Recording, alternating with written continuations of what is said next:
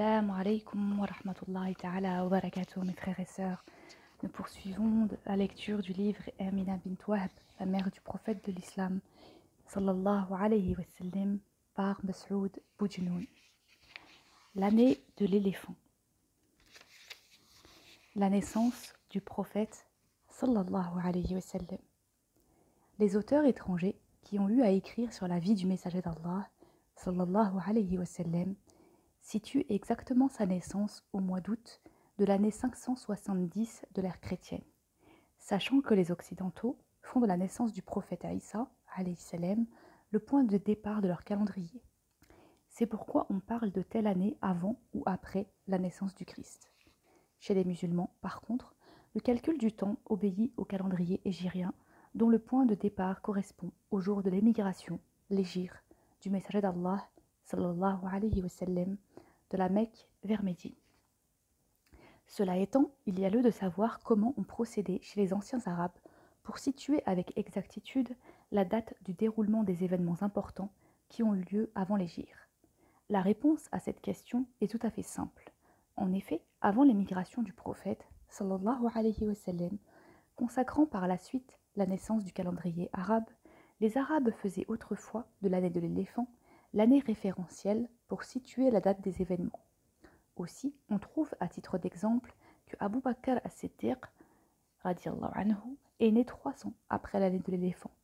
Mohammed sallallahu alayhi wa sallam est né au cours de l'année de l'éléphant, etc. En outre, que signifie au juste l'année de l'éléphant? Pourquoi l'appeler ainsi? Y a-t-il un lien entre l'année en question et la naissance du prophète sallallahu alayhi wa sallam? La grande majorité des historiens établissent un lien entre la naissance du prophète sallallahu alayhi wa sallam et la réalisation de ce miracle divin lorsque Abraha, l'Abyssin, essuya une défaite des plus humiliantes en essayant d'envahir la Mecque pour détruire la maison sacrée d'Allah, la Kaaba, avec une importante armée appuyée par d'imposants éléphants. Et rien qu'à la vue du spectacle, les Arabes furent remplis d'épouvante, eux qui n'avaient jamais vu auparavant un animal aussi imposant que l'éléphant, animal contre lequel aucune épée, ni aucune lance, ni aucune flèche ne pouvait lutter pour stopper son incursion.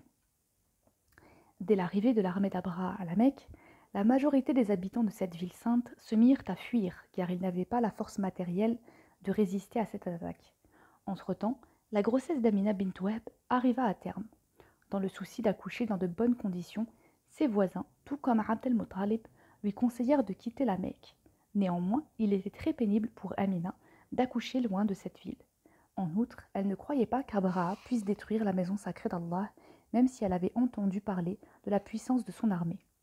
D'où son refus de quitter même sa demeure. Puis, le miracle d'Allah le Très-Haut se produisit. Nous verrons plus loin les faits en détail avec la destruction de l'armée d'Abraha. S'ensuivit alors la mise au monde par Amina de son noble enfant, à proximité de la maison sacrée d'Allah, comme elle l'avait souhaité d'ailleurs. Nombre d'historiens situent l'année de l'éléphant à 42 ans après le règne du roi perse Khosroès. Certains d'entre eux, y compris des Perses, soutiennent que le roi sassanide fit, la nuit de la naissance du prophète, sallallahu alayhi wa sallam, un rêve effarant.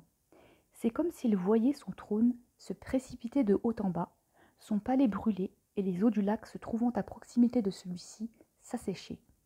Quand le roi perse rapporta ce qu'il avait vu en rêve aux interprètes en la matière, l'un d'entre eux lui déclara « Il semble que le prophète Ahmed dont avait parlé la Torah vient de naître cette nuit.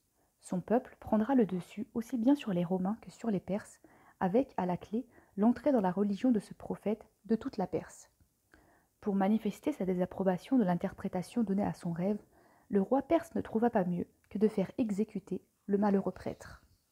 L'historien Ibn Ishaq rapporte que Hassan ibn Thabit a dit à l'adresse d'un groupe de gens « Par Allah, j'étais un enfant de forte corpulence, âgé entre 7 et 8 ans, mais cela ne m'empêcha pas de saisir le sens des paroles entendues.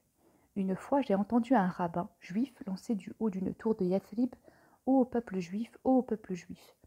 Quand une majorité d'entre eux se rassembla, il leur annonça « L'étoile du prophète Mohammed sallallahu alayhi wa sallam vient d'apparaître cette nuit. » Mais quel concours de circonstances a bien pu inciter Abraha à vouloir absolument détruire la maison sacrée d'Allah et à faire une incursion avec son armée et ses imposants éléphants dans la ville sainte de la Mecque uniquement pour obéir à des ambitions démesurées.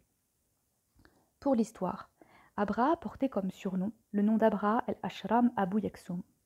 Il fut envoyé par le Négus au Yémen très précisément lorsque celui-ci eut vent de la tyrannie d'Ariat envers les gens. D'ailleurs, ce fut le Négus qui mit en place ce dernier pour gouverner le Yémen à l'époque. Par la suite, Abraha tua Ariat avant de prendre sa place à la tête du Yémen. Quand la période du pèlerinage arriva et que les gens s'équipèrent pour faire le voyage, chose qui n'échappa guère à son attention, Abraha demanda « Où vont ces gens ?» On lui répondit « Ils vont chaque année vers la maison sacrée d'Allah se trouvant à la Mecque. » Il demanda « Avec quoi est construite cette maison ?»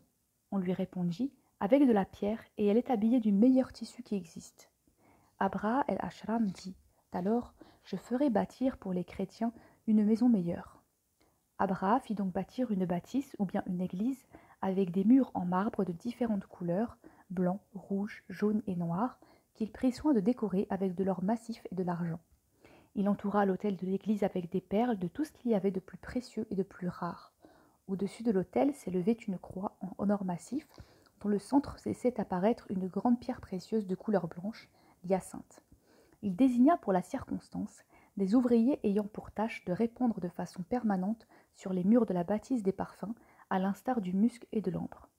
Abraha pensa qu'en agissant de la sorte, il pouvait facilement détourner les gens du pèlerinage vers la maison sacrée d'Allah, construite, il faut le rappeler, par le père des prophètes, Abraham alayhi salam.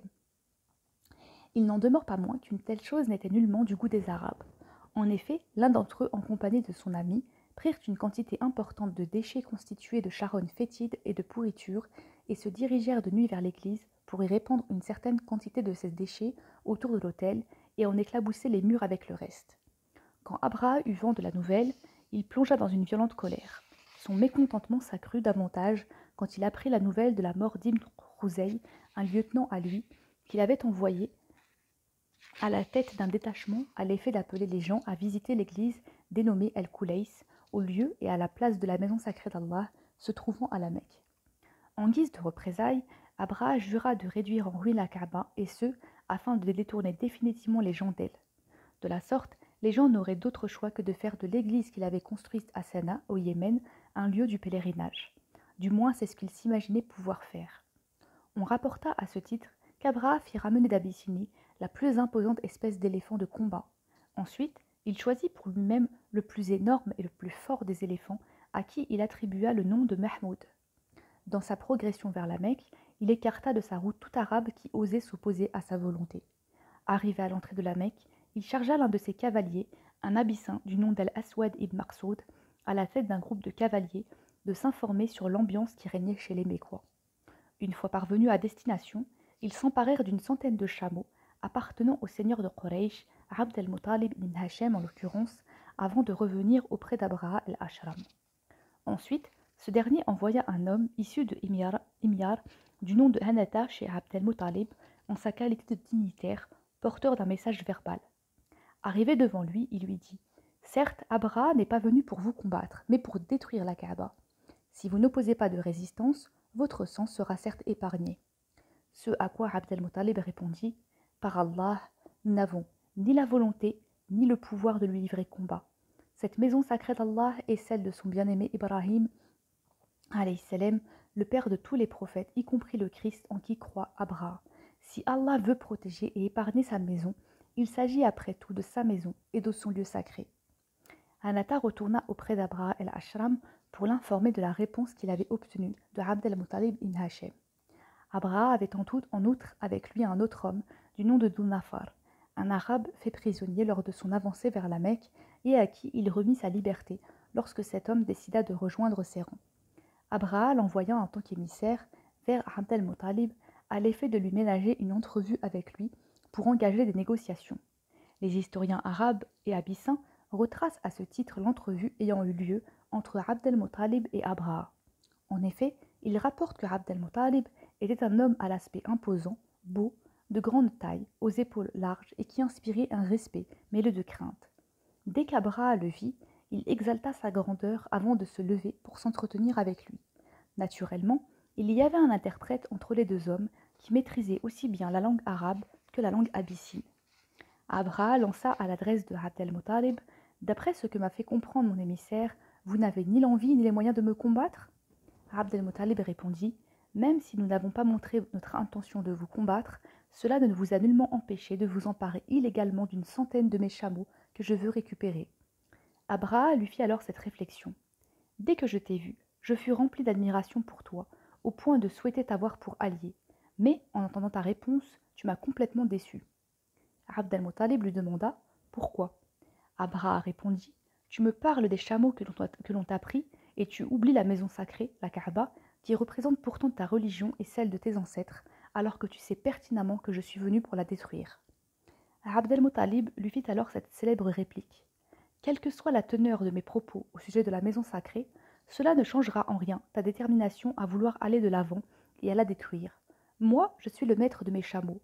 Par contre, la maison Kaaba a son maître qui la protège et la préserve. Abraha ironisa en disant: qu'est-ce que tu viens de dire?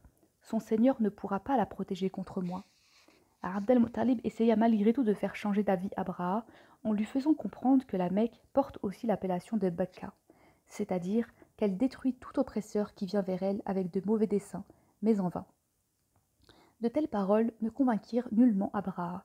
Tout ce qu'il fit comme concession fut d'ordonner la restitution de la totalité des chameaux à leur propriétaire Abd al-Muttalib. Ensuite, Abraha intima l'ordre à son armée, appuyée par d'énormes éléphants, de mettre le cap en direction de la Kaaba en vue de la détruire. Wassalamu alaikum wa rahmatullahi ta'ala wa barakatuh.